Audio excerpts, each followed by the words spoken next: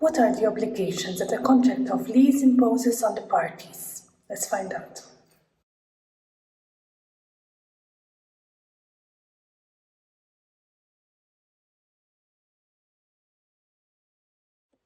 Hi, I'm Daniela, I'm a litigation lawyer. At our firm, we strive to support our clients along with representing them diligently in their legal disputes. So once a contract of lease has been finalized, has been signed, the law automatically imposes a set of obligations on both parties, on the owner, known as the lessor, as well as the lessee, the person renting out. So let's start with the lessor. According to law, the main obligations that the lessor has are mainly three. To deliver the property being let, so if it's immovable property, to hand over the key, if it's a vehicle being rented out, to hand it over, to deliver. The second obligation is to maintain the property in a good state. So the lessor, throughout the lease, has to see if repairs are needed and if so, to do them. If necessary repairs are not done by the lessor, there are procedures by which the lessee can do the repairs himself at the expense, so it will still be the lessor that will ultimately pay for them.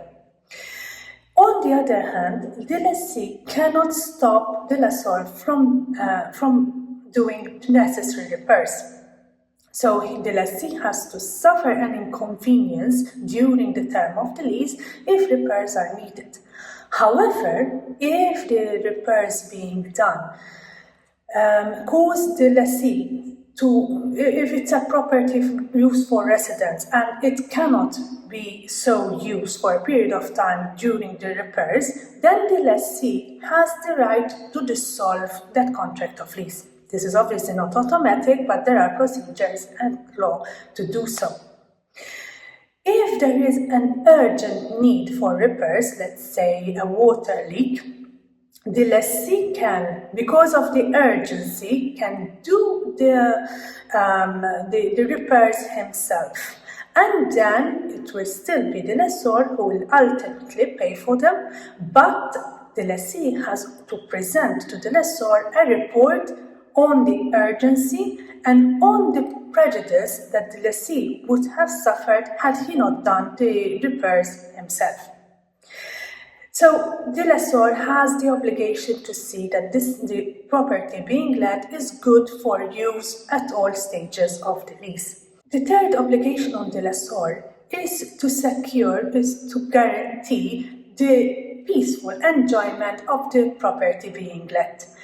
Therefore, if the lessee faces some form of legal claims on the property being let and, for example, is sued in court, then the lessee has to call upon the lessor and the lessor has to defend himself. Now let's look at the lessee. The Lessee Act law has two main obligations. The first one is to make use of the property being let according to the specific use listed put down in the contract. So if the property being let is for residential purposes, it is the responsibility of the lessee to reside in the property and not to use it for commercial activity. The law also specifies that if the property being let is not used for a long period of time, and it specifies that period of time, it is also considered as bad use of that property. Now, the lessee also has to maintain the property in the state in which he or she received it. Therefore, the Lessee Act law has to do the maintenance a long time to keep the property in a good state. He or she also is also liable for any damages caused or any deterioration to the property done by family members, servants, guests, and even sub-lessees. So if the lessee has reserved the right to rent out again the property, then he is also responsible for any damage caused by the next person renting it out. The second main obligation at law for the lessee is obviously to pay the rent that has been agreed upon and to pay it punctually, to pay it on time. If not, as we have already said in the previous video, the lessor has the right to call upon the lessee to pay the rent due, and if the rent is not settled within 15 days, the lessor can terminate the contract. Now, as usual, it is very important for me to say that this video is only intended for informational purposes and it is not to be construed as legal advice.